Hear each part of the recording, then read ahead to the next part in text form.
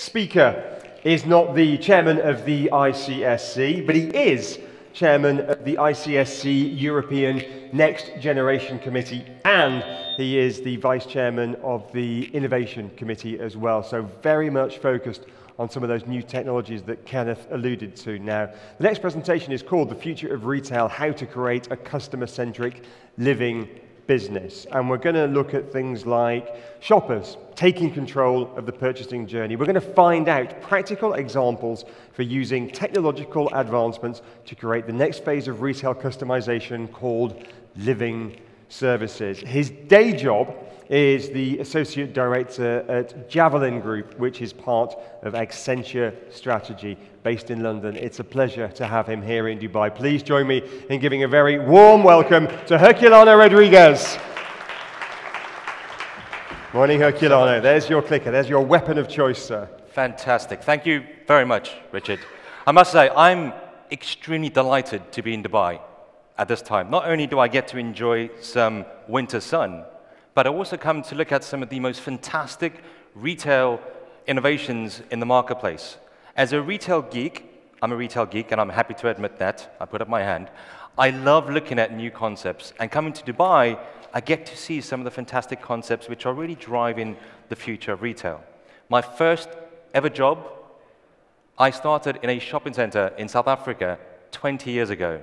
And the company that I worked for was called the Magic Company, and what they had was a concept which was a bit of bowling, a bit of pool, a bar, and an internet cafe. And what is interesting is they've launched a very similar concept in the Mall of Scandinavia called O'Leary's. So I think this thing around innovation and reinvention, I think it's really important to understand where we come from, to understand where we can go. And the future of retail is a pretty scary place. It's a very long journey that we're going to go through. And I think to get to the future of retail, we really need to understand who are our customers. Going back to the heart of the customer is king. So the journey that I'm going to take you on in the next, hopefully only 30 minutes, is really to understand how to create this customer journey. And what I do now, I don't work in a Magic Company anymore. I work for Javelin Group, and we help retailers and developers grappling with this question about what is the future of retail, how do I position my business, and how do I adapt? And I believe that there is 3 certainties in life. I think it was Franklin Roosevelt who said there were 2 certainties, which were death and taxes, unless you're Amazon. The third certainty, and I think this is really important, is change. And change is constant.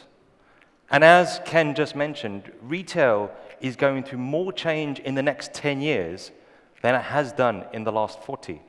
And this region has gone through a lot of change in the last 20 years. And the change of how the consumers are going to be having control is going to be even more critical in the future as well. And what is driving this change is, I'm just going to pick this up, is the consumers and how their behavior is changing, driven by technology and how technology is changing the way we live our lives. And I think there's this real big discussion around massive overcapacity. So I go around the world and I look at all the different retailers and mall owners, and I truly believe that we still have too much retail. And what I mean by that is we have too much irrelevant retail. The retail that needs to be created in the future needs to be relevant and targeted to customers and their experiences. And what I'm going to touch on in this presentation is the customers, the technology, and looking at some of this disruptive, fragmented competition and some of the new business models that are out there as well. So if you look at some big stats, high numbers, you can't go through a presentation about retail without talking about Amazon.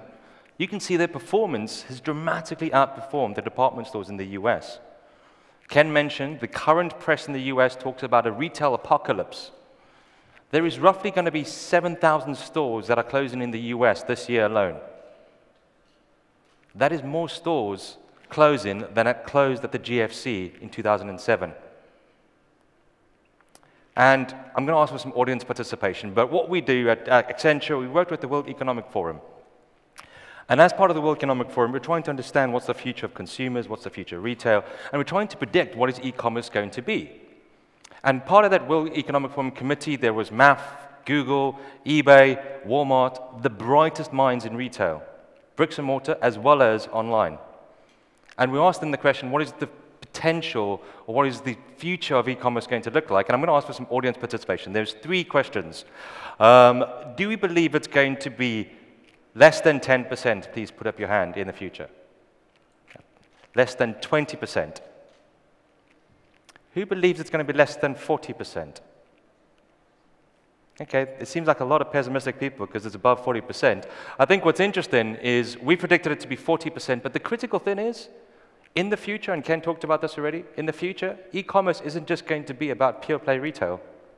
It's about stores mixing with the customer journey through starting online, through to buying in a physical environment. And the real interesting question is, well, how did we get here? How did we get to this point? What is the drivers? It's really easy to blame the iPhone, right? It was the iPhone. It was Steve Jobs. He broke our world. The reality, that was only one of the factors. And the best thing about this picture is actually, if you can see that 6-year-old girl, she's just trying to enjoy this, and she's got loads of people grappling over her about trying to take a picture. And this was just the other day. And what's interesting is that the iPhone now, we have as much computing power in our pocket than what took the first spaceship to the moon. Imagine the possibilities. But I think there's something more important to think about, and it's actually about us as consumers have changed. So this is a picture. This is my sister. Her name's Yolanda. That's her son, Nathan. He was born about 8 years ago now. And Yolanda is a millennial, and her son, my nephew, Joao, he's actually a Gen Z. And there's this fascinating study that came out from PwC which said, this generation is the most pessimistic generation ever. They are less convinced on their future in the world. And if you think about what's going on with them, they can't remember a world that wasn't in crisis. Everything from 2001 through to the GFC crisis, through to what's going on at the moment in the world, I don't have to mention them, but there's a lot of crises going on. And what's interesting is their perceptions and what brands they buy into in the future is going to be really crucial for the successful retailers. So that's the bad news. The good news is Walmart is buying online stores, online retailers. Amazon's buying offline retailers. Google are thinking about opening stores. Everyone's looking at buying stores, and stores are the people. And I think it's really true. Stores are going to be the place where people can connect. So there is some good news, right? Sort of. I think what's interesting, if I came to you 10 years ago and I said, look, the place where you're going to make more money if you invest in a stock would be in a pizza company, you would probably laugh me out the room. But it's true. Domino's performance has outperformed the tech companies in the last 7 years on a sheer percentage point of view. And how did they do that? Firstly, they started listening to their customers and they fixed their pizza. They made it taste better. Secondly, they also started embracing digital technology. They pivoted their business to become a digital business. So much so that I can order a pizza in Hamburg right now with a little vehicle that comes over there and opens the door. You open your door and you've got to tip him. And they've just launched, at the moment in the US, in LA, they just launched a trial of autonomous vehicles delivering your pizza. I don't know who you complain to if you got the order wrong, but hey. The interesting thing, the other thing is also that they're looking at new business models. So what I want to go through in the next 20 minutes on this journey is to understand what are the business models of the future that are going to work. It's about understanding your customer, it's about looking at technology, and it's about thinking about how your business should adapt to that as well. And I think we can't go any presentation on the future retail without talking about technology. And I'm not going to go into all of these, but the ones to pick out, which I think are the most incredible, is robotics, AI, and IoT. It's not one of these technologies that's going to change retail. It's the combinatory effect of these technologies. If you think of an Amazon Go store, it's deployed with IoT, it uses AI to understand who I am, and it uses robotics to open the door. It's a combination of all of these things that makes the future of retail more exciting. I'm also particularly looking forward to autonomous vehicles because I'm really looking forward to the day when I don't actually have to drive in traffic. I can sit there looking at my phone and not get a fine. The other interesting thing, I think, within these technologies is virtual reality and artificial intelligence. And where we see retailers at the moment is using not VR just from an experience point of view. I think in this hotel, you can go get a facial and you can put a virtual reality glasses on. That's interesting. but that's not saving the retailers money. And where they're really going to improve in the next 5 to 10 years is using AR and VR to improve the production cycle and save efficiencies. And in the next 5 years, these 4 technologies are going to be mass deployed with most retailers in the world. So we've got the tech out the way, and I'm just going to say one thing. Technology isn't the solution. Having a strategy is the solution, and focusing on your customer. And the customer's value chain has changed. It used to be about cost, choice, and convenience. But now, cost transparency, we can see exactly how much things cost. In terms of choice, there is 400,000 new products launched every single year. That's a lot of products. And if we talk around convenience, it's this instant gratification era, which I think is only going to improve and increase in terms of necessities within the consumers. So what the consumers have now, and the value chain has flipped, they have control and they demand experience. And I'm just going to put it out there for a bit, but experience doesn't have to mean the nicest, shiniest piece of experience. It could also mean the quickest, most convenient experience. The customer experience and the customer journey will really depend on what they want to do on that individual moment. And I think what's interesting is how consumers' expectations have changed. In the past, you used to compete with Zara, would compete with H&M. Dubai Mall would compete with another mall. Westfield would compete with another mall down the road, or the West End. But that's the past. That's your direct competitors. There is now something called the experiential competitors, the people that cross all categories. Deliveroo. Apple Pay was just launched 7 days ago. That's a customer expectation that's going to raise the bar for your customers in this region. And I think what's really fascinating is these, what I call the perceptual competitors, the ones that take your expectations from down there all the way up to there.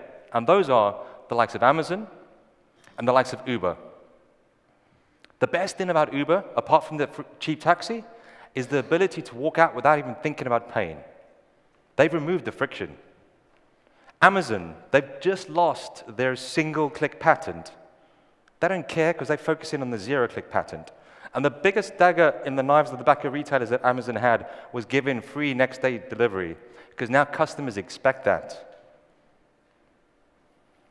And those expectations mean that consumers are becoming more liquid. Their expectations are more liquid. They expect the same things from brands, whether I'm buying something on Amazon or going into a mall and buying something from Zara. Their expectations are set. And it's trying to understand how these liquid expectations are going to evolve. And we've created a nice little video to show you what the future of these liquid expectations could look like.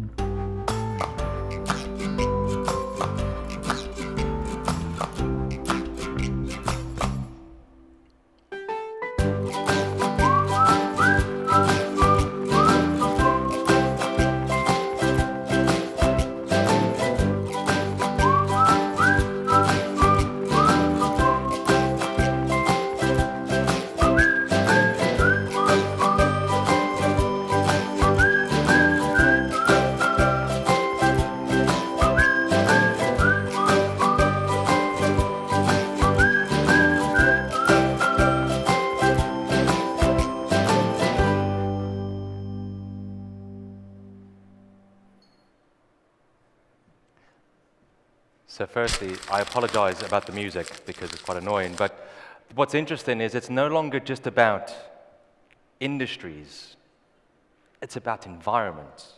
The new developments are going to be focused on the mixed use, but beyond just the mixed use, how do you integrate technology throughout those environments that gives me a living services and a full customer experience from end to end? And there's some retailers out there that are doing this already. Google opened this store in New York. Last year it was a pop-up. Couldn't buy a product, but you could go in there and experience the brand. G-stores are now all the rage, and there's potential of them opening a few thousand around the world, rumors, I say.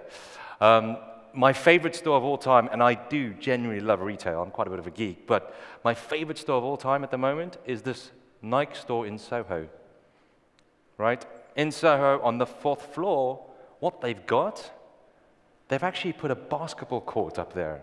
And on the 3rd floor, for people who are short like me and can't play basketball, they have a five-a-side football pitch where I can kick a ball and test some boots out. They are creating an environment and a community. They've also got an app, which is the Nike Run app, and I go around the world and I can meet up with like-minded people and go running with them. They're creating an ecosystem and they're deploying technology in the right way to do this, and they're doing some testing. Nike now, you can buy a shoe custom-made in 2 hours. You've also got the Sephora store, which I think is basically the best way to describe this is an alley of excitement. As you walk down, it's about 25 meters, well, it's about 50 meters long, and as you walk down, you've got technology over there, you've got someone over there asking me if I want to try this new beauty product, I can do some social sharing over there, I can do all of this. By the time you get to the end of that, you have no energy because you've had this huge euphoria of experience. And they're blending some really good technologies. And I'm going to ask, again for a show of hands, but one of my favorite examples, and this comes from Australia, about creating an environment. Who thinks this is a bank or who thinks this is an office? Office.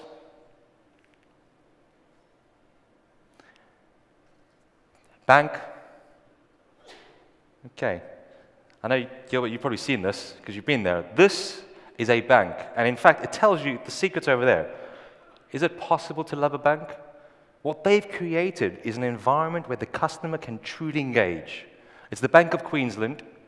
And the best part about this, and this is genuinely, they've launched this 2 years ago, they haven't invested in these ridiculously bright, intelligent screens. They've deployed this technology, which is, costs $200.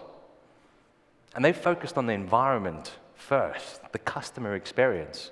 So I think there's a brave new world that we go into. And I truly believe that there is going to be this polarization. And you can talk about polarization in terms of, oh, I'm going to be this big destination center, or I'm going to be convenience. Another way to look at that is actually, as a consumer, which brands am I going to engage with, and which brands am I not? And it's no longer about making brands and engaging stories that you like. It's about making things that you can love. And I've basically shown my brands and categories. This is personally, I put this there. Unfortunately, because of Accenture's media training, I can't say which brands I don't like. But what I can tell you is in that bottom left-hand corner, there is categories there that I do not want to engage with. There's no ways in the world that you can buy a bottle of water or make buying a bottle of water and engage in experience. There's no ways in the world that you can buy washing up liquid and engage in experience. That's going to be automated. And I'm so glad and so looking forward to that day. So it's about creating experiences that consumers can buy into and the ecosystems. Think about Apple Pay again. I use this everywhere. Google Maps is the #1 app that I use daily.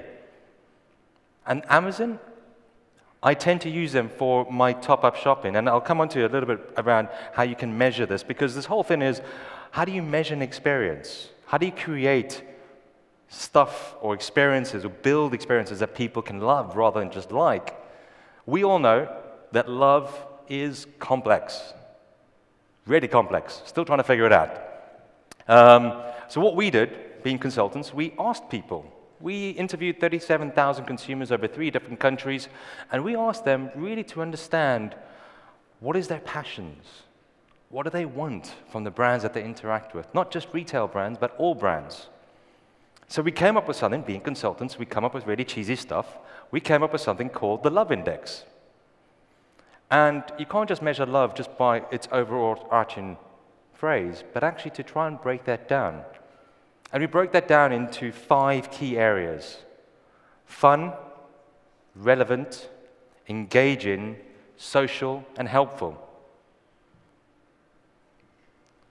And the fascinating part about this is we then started to map brands to the same index. And this is a global study, so globally, the most fun brand is Netflix. No surprise. What is also interesting is Amazon comes up twice.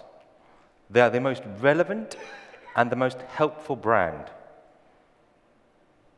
And engaging is obviously Apple's beauty. That's what they do really well. But if you're thinking about your malls or your retail, where do you want to be on this love index? What are you going to be famous for? Because unfortunately, you can't be famous, you can't be best of everything. So how do you measure yourself? So the top 10 brands in the US, which is very interesting, there's only one traditional retailer there. And I don't think if you took the same study in the UK or in this region, the GCC, it would be any different. There won't be many bricks and mortar retailers there, or even malls.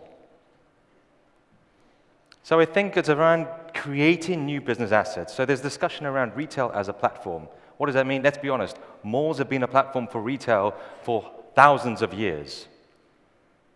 What's going to be interesting is how does the platform evolve from a physical experience, a purely physical experience, to a merging of that physical and digital? And how, as a mall owner, can you create and interact and give that platform for your retailers? So there's this discussion around tailor-made products. That's really there. On-demand is already there all the time. You know, the shoes you can get from Nike in 2 hours through to personalization is going to be the #1 trend. So there's this discussion around services replace products, which is interesting because the department model is going through a lot of changes globally. And how are they refitting their stores to be more service-focused? What services do they offer? John Lewis in the UK, the #1 department store, is now offering a blind measuring service. So they can come and actually measure your blinds for your house. And you don't even have to touch a store, but they are offering that service. They're obviously offering beauty as well. So I think this discussion around service replacing products is going to be interesting to see how that plays out over the next 5 years as well. And then it's around creating new revenue streams. So we've discussed subscription models. So things like Amazon Prime is a type of subscription model. Under Armour just launched their own subscription model, where for between 30 or 60 or 90 days, you pay a certain amount of money, they send you a box, you choose the products you like, and you send the ones back you don't like. I subscribe to something called Chapper, and I've had 3 different boxes from them, free delivery. I choose the items I want, and I send back the ones I don't. Amazon are looking to do this as well. This automated retail future, I'm so looking forward to this. I can't tell you enough. If I never have to walk into a certain section of a grocery store ever again, I will be the happiest man alive. Automated retail or IoT retail, so like voice ordering, is going to be more and more important in the future as well.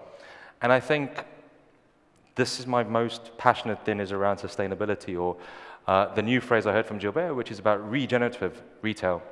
This ecosystem collaboration that's going to happen in the future is going to become even more important. So much to the point, yesterday, David Padoa was talking about, David Padoa is the CEO of Design International, he was talking about his daughter who buys stuff from a vintage shop and then wears it once and sells it at a profit. There's companies out there that are doing this and providing these services. Rent the Runway in the US does this. There's lots of businesses that I think are going to evolve this ecosystem. And what's going to be interesting is, think about the malls. How does your ecosystem collaborate with your retailers when it comes to fulfillment or click and collect or deliver at home? Or think about the ecosystem when it comes to the data that you can gather and share within that ecosystem. So this ecosystem play is going to be an interesting evolution. And there will only be a few ecosystems in the future because us as consumers aren't going to spend as much time looking at 500 apps. So which ecosystem do you peg your horse to is going to be interesting to see.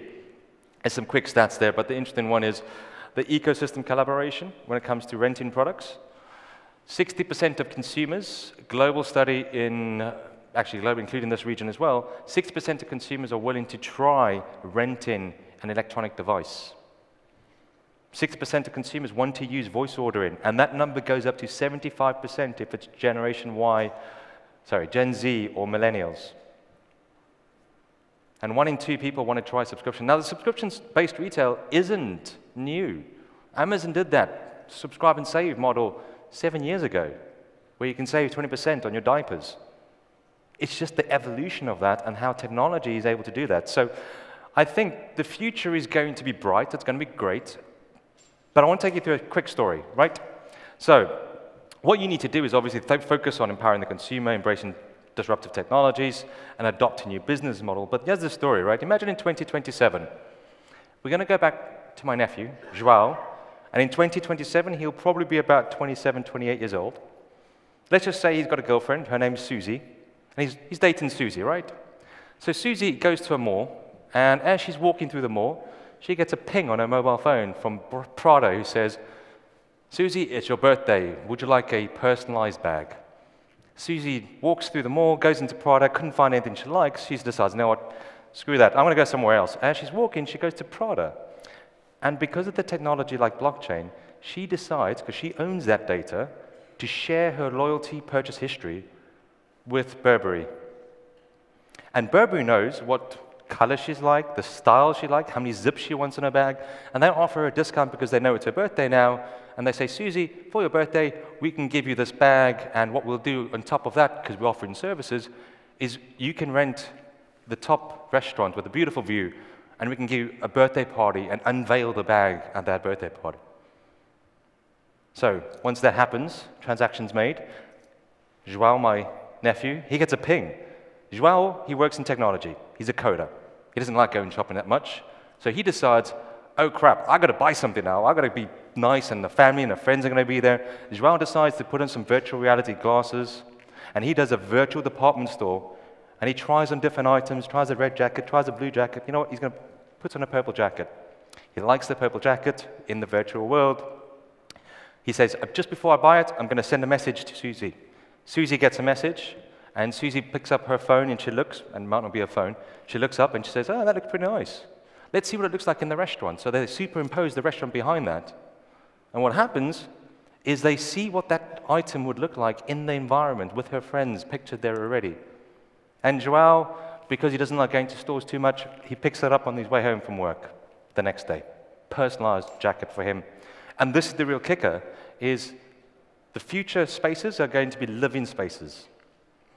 And social services is already happening in retail space, and we see this happening all over the world, so they go and have their birthday party on top of the Burberry store. They get the special bag. All the friends are there, very happy, and she's one of the most happiest consumers because she had a personalized, customized experience with a brand she never worked with before, but she was willing to engage with them because she trusted that brand. I truly believe that the future is genuinely exciting about retail. I don't think there's a one technology answer that can solve your questions. And I think the challenge is trying to adapt and understand which ones are right for your business. But if there's only one thing you take away from this whole session, start with the customer. Find out what your customer's experience is going to be.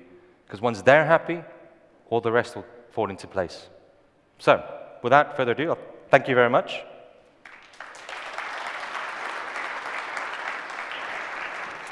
Herculano, thanks very much indeed. We're going to have to leave questions to over a cup of coffee at the end because time marches on. But thanks very much indeed, Herculano. Fascinating insights. People are going to ask me, can they get hold of your presentation? I'm guessing not, because that's your intellectual property. But can they find some of your research somewhere? They actually can't get the presentation, so I'll make sure it gets Oh, Herculano, the gift that keeps on giving. Thank you, sir. We appreciate that. Now, our second keynote this morning. Looking forward to this one very much, because our next speaker is described as the guru in the South African retail world, a veteran in taking retail experiences into the future. His day job is Managing Director of Accelerate Brand Management. And what we're going to hear about today is issues such as understanding shoppers and what motivates them. That is critical, more so than ever before. We're going to learn that creating customer loyalty means tailoring the experience like never before, and also bringing retail alive by understanding the behaviors, the needs, and the attitudes of today's consumers. Please join me in welcoming the Managing Director of Accelerate Brand Management, Darren Katz.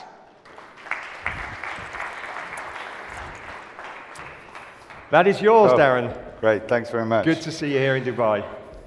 So which way is what?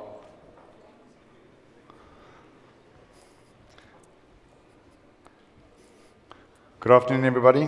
I must say it's a pleasure being here today, and I really want to thank David for inviting me here.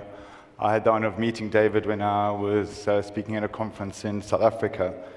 The interesting thing is that we are going through an incredible change in retail, and we all know that. And I think reinvention as a topic is something that's going to keep coming up more and more and more, and we're going to have to adapt more and more. And if we look at it from a perspective, sorry, I don't know how to forward this.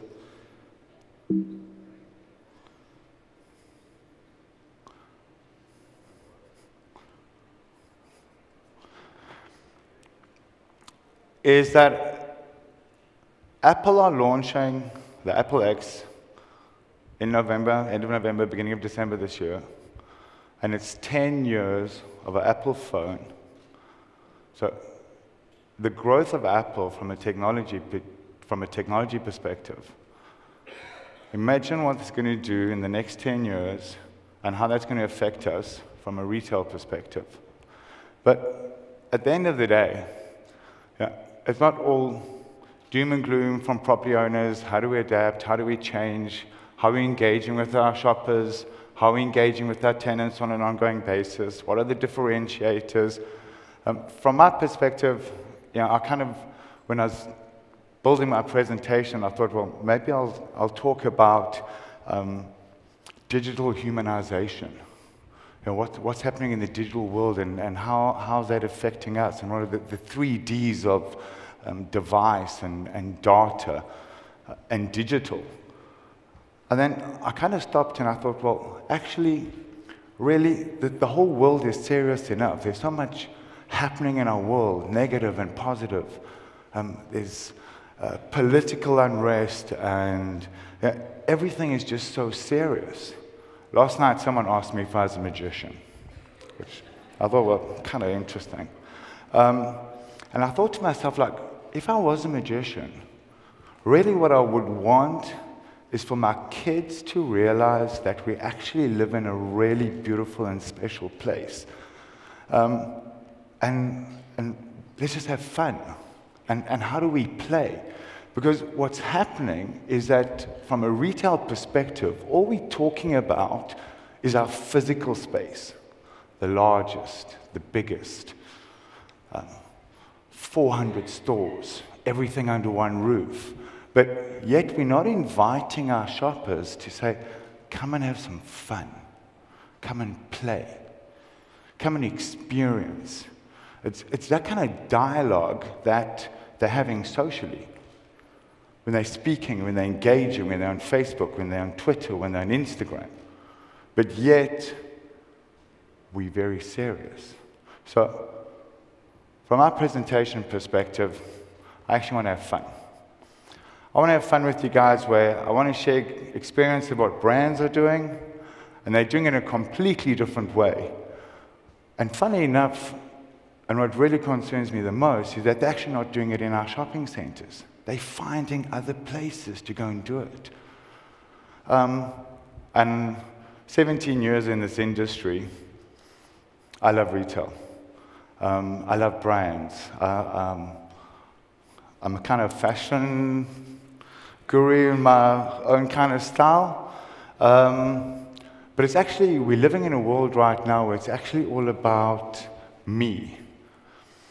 And the interesting thing is, from a property owner perspective, our key drivers are digital, device, mobile apps, websites, building data. And the interesting thing is data's all about numbers. Demographic, psychographic. And how do we take data, which is just number, and turn it into an experience? And turn it into an experience where it changes the way I think about a retail space, how I think about a brand, how it becomes relevant to me, and how it takes me on a journey that I can share. And here's an example of a fantastic installation done by a brand.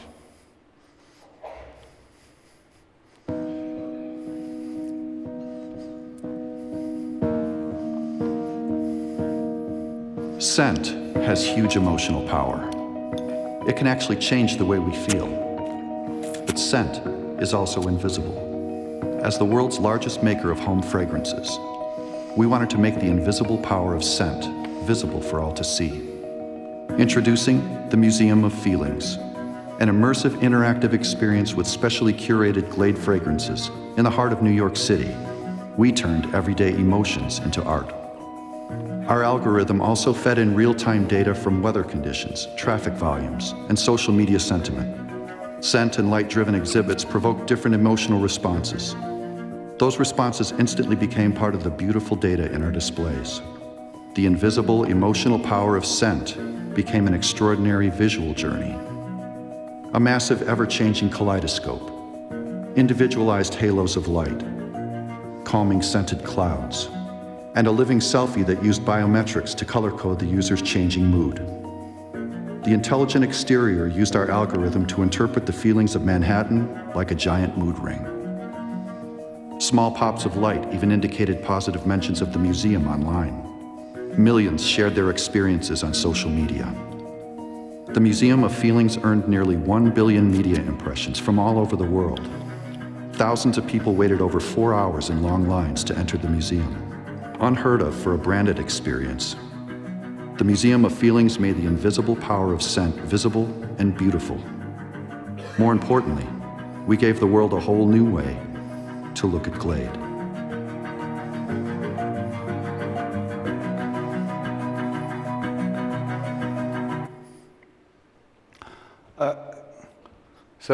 I think yesterday one of the discussions was on education.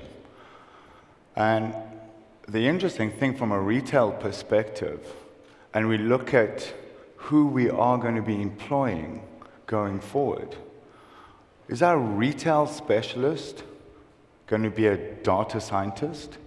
Is our marketing managers actually going to be experiential specialists? Are creative directors actually going to be tech manufacturers of creating technology that allows us to interact with our consumer?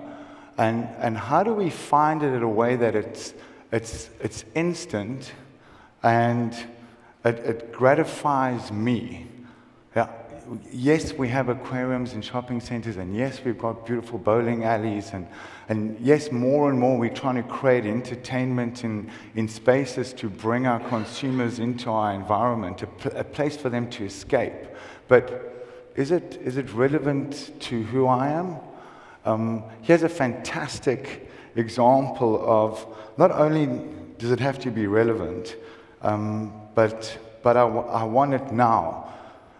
And part of the whole presentation I'd like to share with you is a lot of it I'm using video content, because it's little experiences that we provide for people that actually don't come at much of a cost, but it leaves something with us.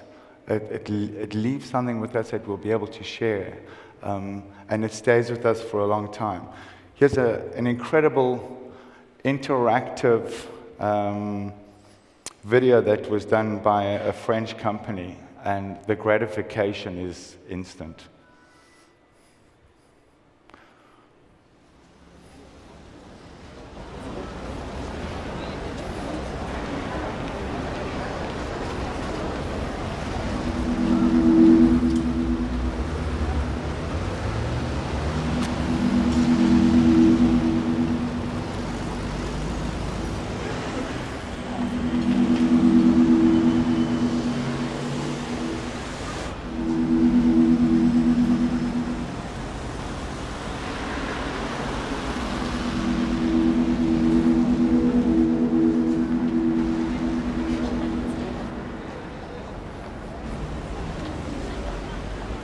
Bienvenue.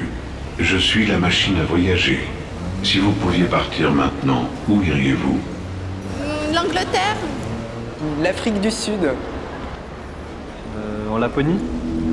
Appuyez sur le bouton.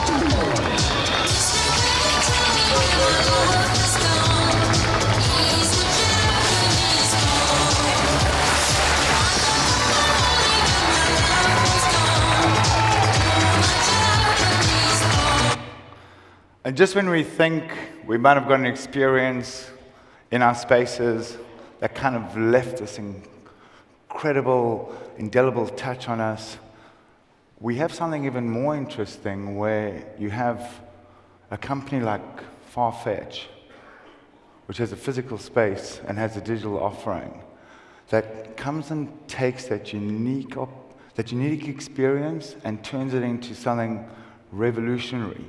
So from an accent perspective, because it might be difficult to understand, there's two things that I'm going to carry on the conversation afterwards. The one is store to door in 90 minutes, any Gucci product in 10 cities. Store to door in 10 cities, any Gucci product. The second thing is Will I Am makes note of, from a topic perspective, is what's driving retail? Is fashion driving retail, or is tech driving retail? In 2008, I launched Farfetch. The sole single idea was to connect beautiful physical spaces to digital platforms.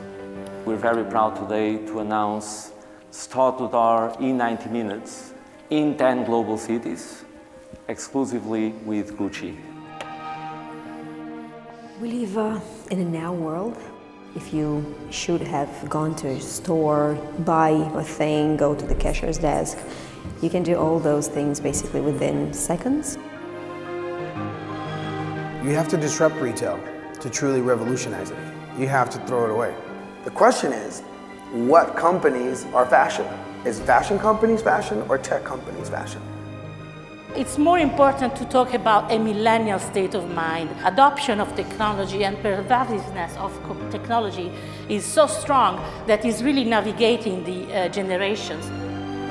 I'm very, very excited about this next evolution, and I think the next evolution of customer service in the fashion industry can only happen at Farfetch.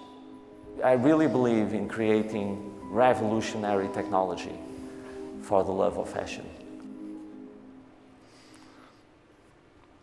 Are we having fun? The tech part of it is, for me, one of the most incredible changes in what's happening from a retail space perspective. The interesting thing, and I'm not talking about our mobile websites or our mobile applications. What we're spending money on in our shopping centers is free Wi-Fi. And all we're doing is we're already allowing the addiction that we've got with our devices to extend into our retail spaces. So we're offering free Wi-Fi, and people are walking around our shopping centers, and all they're doing is that they're engaging with their phone. They're not looking at our shop windows, and looking at the stores, and walking around and looking at the experiences that we're providing for them. So here's a very interesting concept with regards to Apple and Siri. And it's been used in a way that I've never ever really thought about until I saw the video clip. But in fact, actually, if I remember and I look at it from our kids' perspective, when they couldn't spell, they used to send me messages on my phone. Hey, Dad, I need, please buy me, I want, give it to me. Here's something very interesting. How do we transform a digital concept, and I'm taking in context of the video that you're about to see. How do I walk into a shopping center and turn around and say, Siri, where do I find the latest men's aftershave? Siri, which is the best aftershave for me? Siri, where can I buy my wife the latest handbag? This one's for Earth. This one is for Earth. Bingo. Boom. Love that one. Felt it. Yeah, felt good. Hey, Siri, read my schedule. You have 25 appointments at 7:15, oh, look. 7:20. You're on the telly. With so many projects in the works, it seems like Dwayne Johnson can't possibly take on any more. Oh, that sounds like a challenge. Hey, Dwayne, where are we going, buddy? Dwayne, buddy. Hey, Siri, show me my life goals list. I found 10 reminders. Thank you very much. Hey, Siri, give me a Lyft ride to LAX. Lyft can get you a lift in 60 seconds. Mind if I drive? I know a shortcut. You're... Yeah.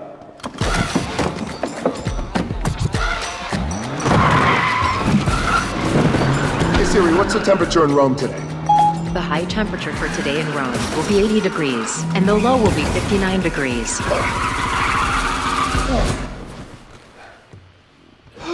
So, do I pay you? It's on me. This is your new captain speaking. Looks like we have nice weather coming up for Rome, Italy, so sit back, relax. This plane's going to Akron. This flight's going to Rome. Hey, Siri, read me my last email.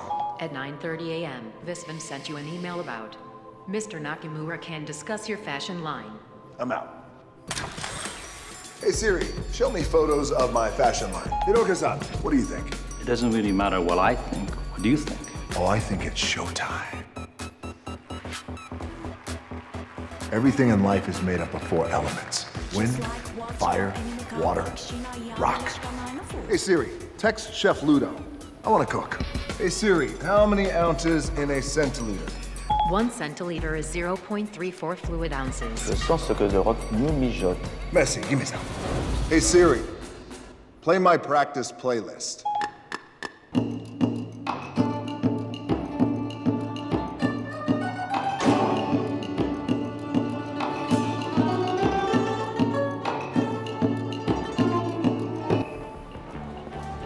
Hey, Siri, FaceTime, Dwayne. Making a FaceTime call to Dwayne. Okay, when are you getting back to set? Everybody's freaking out here, man. We still got the last shot. Don't worry, I'll be there, okay? Okay, well, I'm gonna go get fired.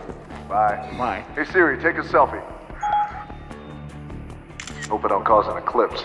I promise he'll be here. He's very punctual. Okay, Just mate. roll or All right, do whatever if you you say do. so. All right, let's roll film, please.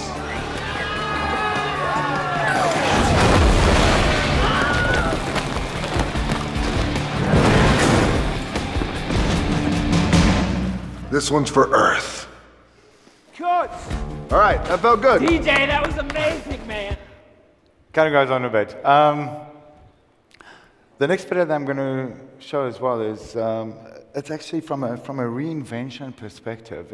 If we look at companies that are completely reinventing how we are taken from a transportation perspective, with the likes of Uber that have completely revolutionized transport globally. You look at companies like Amazon that have completely revolutionized shopping from an online perspective. And here's a company who's completely revolutionized how we book accommodation in hotels.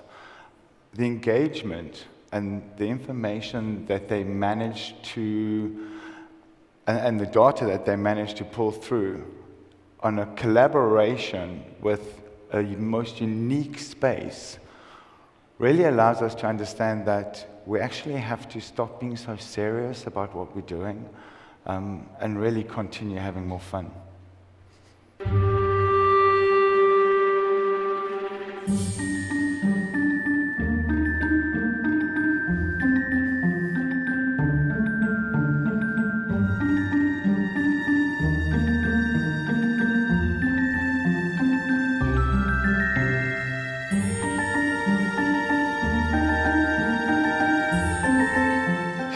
Institute of Chicago is now launching an interactive experience with the help of Airbnb. You can live like Vincent van Gogh, but you get to keep your ears. But if seeing simply isn't enough, you can also spend the night. It's like jumping into a painting. It is, look.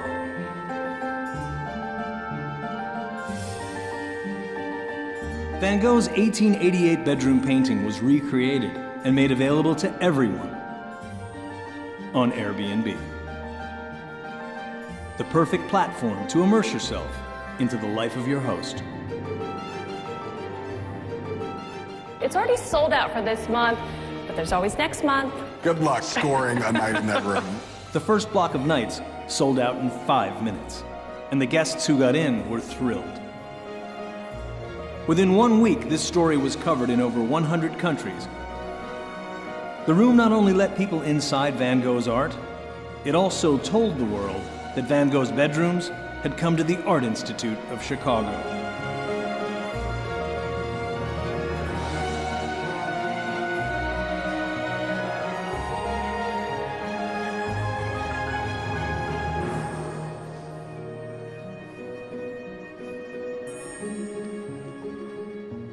As thousands of people let themselves into Van Gogh's bedroom.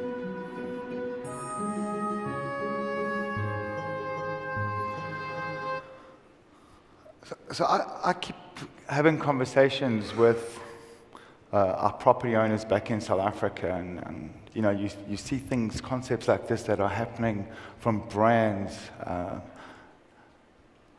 and what's coming from retailers' perspective, and how do we collaborate with these brands, and how do we collaborate with retailers?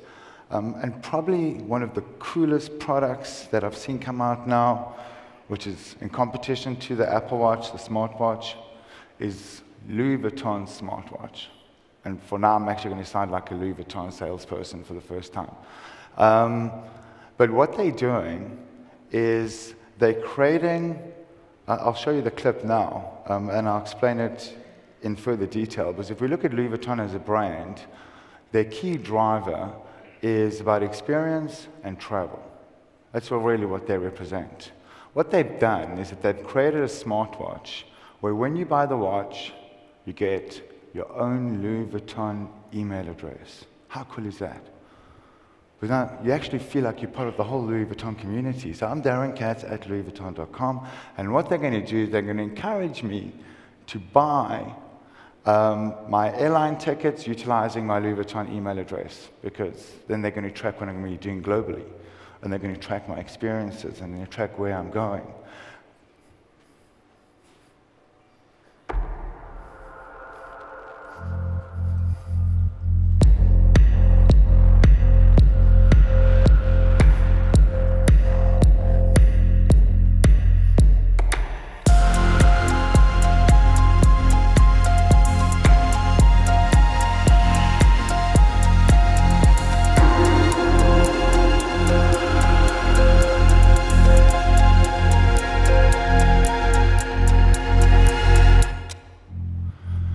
So not only are they going to track where I'm going, what Louis Vuitton's created is when they know what city you're in, they're going to tell you the coolest hotels. They're going to recommend the best bars. They're going to recommend the best restaurants. They're going to recommend the best galleries. And of course, they're going to recommend the closest Louis Vuitton store to where you are. It's that kind of change, it's that kind of disruption, it's that reinvention that I believe is going to continue to change how we share information and making sure that the information that we have is completely relevant. So I'm going to tell you a story. I've got a young kid, and in South Africa we're pretty conservative. Kids are meant to sit at a table and not say much. Spoke to when they speak when they're spoken to. And I'm sitting with a whole lot of friends, and out of left field, my son says something. I was like, oh my gosh, you can't be speaking like that in front of my friends. And 5 minutes later, he got up and he left the table. And I got up 2 minutes later to turn around and say, listen, son, I didn't want to embarrass you, and I'm really upset. I didn't want to upset you. But there's a time and a place for everything. And there's a time and a place for you to have discussions. And he turned around and he said to me, but Dad, your friends aren't even famous. And I was like, well, what are you talking about? He turned around and he loves soccer. He follows Messi and he follows Neymar and he follows Ronaldo and he's on all their social media handles. And he's having conversation with them, whether it's them or whether it's one of their assistants, it's irrelevant. For him, he believes that he's speaking to Neymar. And he'll tell Neymar, fantastic goal. I love your haircut. I love your new sneakers. And they're responding. And they're engaging back with him. The hard part from a retail perspective is we're having conversations with our shoppers. We're engaging with our shoppers. But how do we bring them into our spaces where they can be part of experiences that can drive them utilizing their device, sharing the information, and doing it with friends and doing it with their family. Here's an excellent installation, genius from Jeff Koons, on how he's taken art, utilized the device, taken people from indoors, outdoors.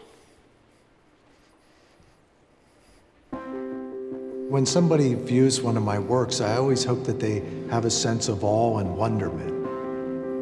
I remember as a young child, probably about 7 years of age, going up and walking around the base of William Penn. The scale of the piece, it was huge. It changed my life. We all come about creativity in different ways, but the main thing that's taking place is we're experiencing play. Snapchat is a creative platform. And it lets us be able to communicate with each other and to transmit ideas.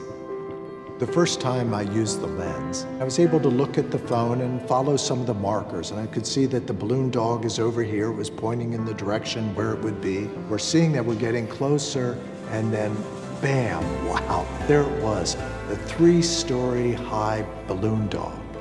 Hundreds of people can be doing this at one time, thousands.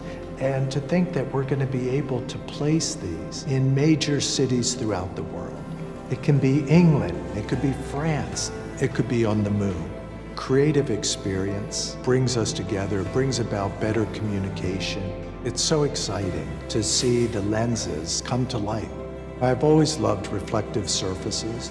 If you move, you see the background shifting on the object, and the main aspect is that it reflects the viewer. Everything is about you and your own potential. I can't wait to see all the creativity that comes from this, and I can't imagine what they're going to do next.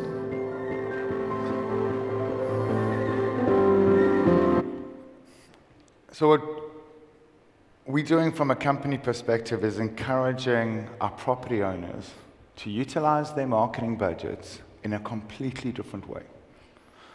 So from a South African perspective, we would look and bring outside companies inside into our environments and create a circus or create a fashion show.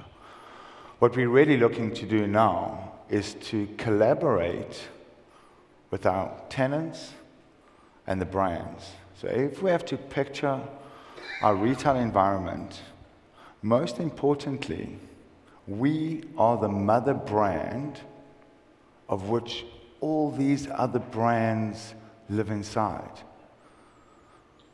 And if you're looking at that from a thought perspective and turning around and saying, how do we collaborate on unique experiences? How do we share data?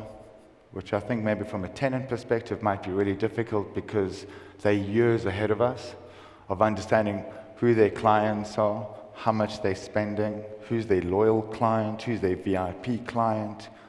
But I do believe that there is going to come a time that the property owner, in collaborating with the tenants and their brands, will be able to fundamentally help drive sales. Because ultimately, that is the responsibility that is going to be shifted from the tenant to the property owner. What more can you do? How many more feet can you bring into our shopping center environment? What is your strategy of how you're going to reinvent your teams on site to have a completely different conversation with our consumers? And no one does it better than Nike.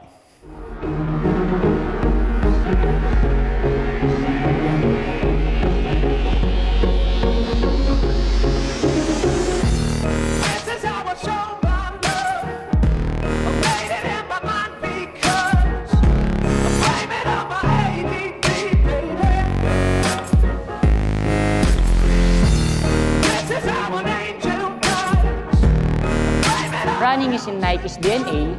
It's at the heart of the brand, so we wanted to create an experience to challenge the concept of the run itself.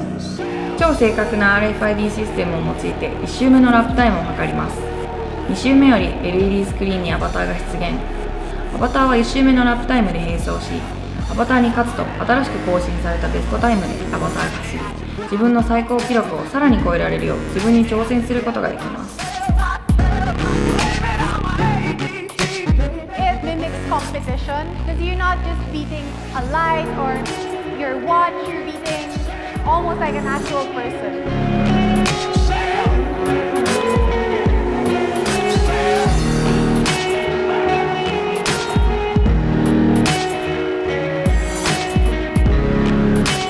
Pacer からナショナルレコード、ナイキのエリートアスリートたちの記録をもとにアバターのライブラリを構築し、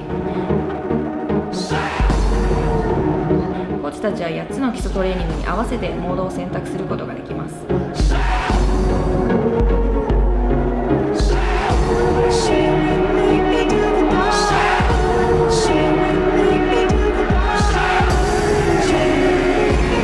Matututo yung runner ng tamang pace. Here, it's not the usual track oval. Medyo hirap na yung uphill. We knew we were building something very magical, but you know, when it first kind of turned on and started working, we were all like, oh my God. An athlete's greatest competition is always themselves. Our ambition was to bring our athletes face to face with themselves.